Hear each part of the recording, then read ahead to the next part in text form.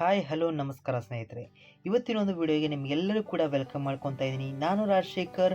ಹಾಗಾದರೆ ಇವತ್ತಿನ ಒಂದು ವಿಡಿಯೋ ಬಗ್ಗೆ ನಮಗೆ ವಿಶೇಷತೆಯನ್ನು ತಿಳಿಸ್ತಾ ಹೋಗ್ತೀನಿ. ಇನ್ನೂ ಯಾರೆಲ್ಲ ಈ ಚಾನಲ್ ಸಬ್ಸ್ಕ್ರೈಬ್ ಮಾಡ್ಕೊಂಡಿಲ್ಲ ಬೇಗನೆ ಸಬ್ಸ್ಕ್ರೈಬ್ ಮಾಡ್ಕೊಳ್ಳಿ ಮತ್ತು ಬೆಲ್ ಬಟನ್ನ ಒತ್ತಿ. ಹಾಗಾದರೆ ಅಶ್ವಗಂಧವು ಆಯುರ್ವೇದದೊಳಗೆ ಒಂದು ದೊಡ್ಡ ಗೌರವಾನ್ವಿತ ಸ್ಥಾನವನ್ನು ಪಡೆದುಕೊಂಡಂಥದ್ದು.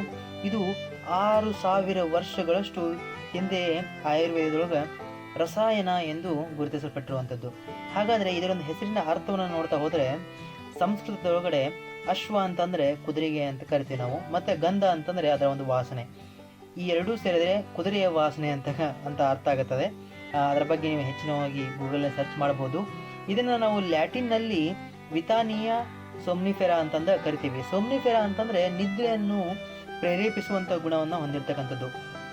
ಹಾಗೆ ಇದು ಬೇರು, ತೊಗಟೆ, ಎಲೆ, ಹಣ್ಣು ಮತ್ತು ಬೀಜಗಳನ್ನು ಶತಮಾನಗಳಿಂದ ಆಯುರ್ವೇದದಲ್ಲಿ ಹಲವು ರೋಗಗಳಿಗೆ ಚಿಕಿತ್ಸೆಗೆ ಬಳಸಲಾಗುವಂಥದ್ದು ಅಂತ ನಾವು ನೋಡ್ತಾ ಹೋಗ್ತೀವಿ.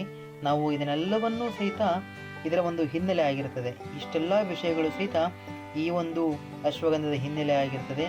ಹಾಗಾದರೆ ಇದರ ಒಂದು ಪ್ರಯೋಜನಗಳು ಏನು ಅನ್ನೋದ್ರ ಬಗ್ಗೆ ನಾವು ಇನ್ಮೇಲೆ ನೋಡ್ತಾ ಹೋಗೋಣ.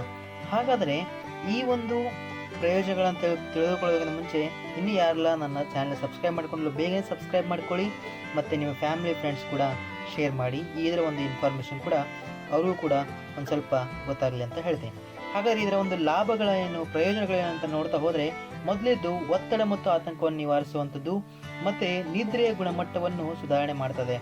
ಹಾಗೆಯೇ ರೋಗ ನಿರೋಧಕ ಶಕ್ತಿಯನ್ನು ಹೆಚ್ಚಿಸುವಂಥದ್ದು ಮತ್ತು ಸ್ನಾಯುಗಳ ಶಕ್ತಿ, ಪುರುಷ ಹಾಗೂ ಮಹಿಳೆಯರಲ್ಲಿ ಫಲವತ್ತತೆಯನ್ನು ಹೆಚ್ಚಿಸುವಂಥ ಗುಣವನ್ನು ಹೊಂದಿರತಕ್ಕಂಥದ್ದು ಮತ್ತು ಉರಿಯೂತ ನಿವಾರಣೆಯನ್ನು ನಿವಾರಿಸ್ತದೆ ಮತ್ತು ಹೃದಯದ ಆರೋಗ್ಯವನ್ನು ರಕ್ಷಣೆ ಮಾಡುವಂಥದ್ದು ಅಶ್ವಗಂಧ.